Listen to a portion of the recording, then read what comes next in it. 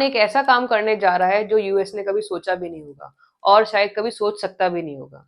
Iran पिछले 52 साल का रूल चेंज करने जा रहा है। ईरान कह रहा है कि ठीक है, जिसको भी तेल लेके जाना है लेके जाओ, स्ट्रेट ऑफ हॉर्मोज से निकालना है निकाल के लेके जाओ, लेकिन मैं उन्हीं कंटेनर्स को जाने दूंगा जिनका पेमेंट युआन में हुआ है, यानी कि चाइनीज करेंसी में अगर पेमेंट हुआ है तो आप निकाल सकते हो।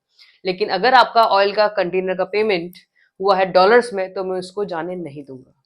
दुनिया में तेल का जो पेमेंट होता है वो डॉलर में होता है। अच्छा, अब ये एग्रीमेंट हुआ कब और किसने डिसाइड किया कि पेमेंट डॉलर्स में ही होगा? थोड़ा बैक में जाते हैं।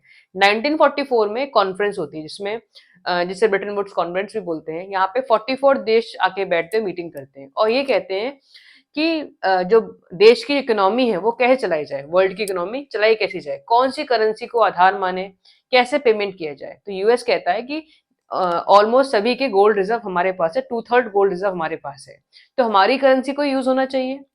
उस समय डिसाइड करता है, किया जाता है कि $35 जो है वो एक ऑन्स गोल्ड के बराबर रहेगा। लेकिन फिर अमेरिका अलग अलग वॉर्स में उलझ गया, जैसे वियतनाम वॉर, कोरियन वॉर, और उस समय उसको डॉलर की बहुत ज्यादा जरूरत पड़ी तो उसने अनलिमिटेड डॉलर छाप दिए। इस तरीके से डॉलर बहुत ज्यादा छप गए, उतना उसके पास गोल्ड ही नहीं था।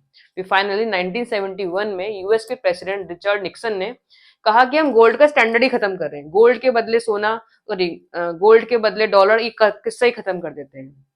इसे निक्सन शॉक भी कहा जाता है।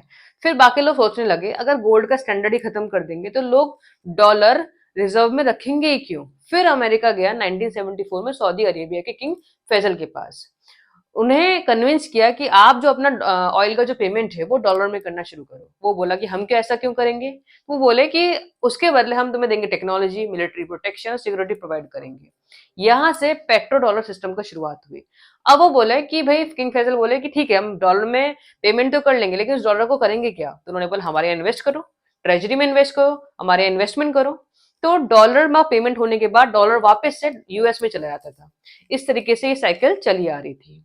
ऐसे गल्फ कंट्री ने अप्रोक्सीमेटली $3 ट्रिलियन इन्वेस्ट किया हुआ है, अप्रोक्सीमेटली चाइना ने अप्रोक्सीमेटली $1.5 ट्रिलियन इन्वेस्ट किया हुआ है। अभी लोग अपना अपना जो डॉलर्स का जो इन्वेस्टमेंट किया हुआ है वो वापस लेना शुरू कर दें कि भाई अपना बॉन्ड्स बेचना शुरू कर दे, तो यूएस जो है वो बहुत बड़े डेट में आ जाएगा। तो इस समय जो ईरान लड़ रहा है वो यूएस के साथ फाइनेंशियली वॉर लड़ रहा है।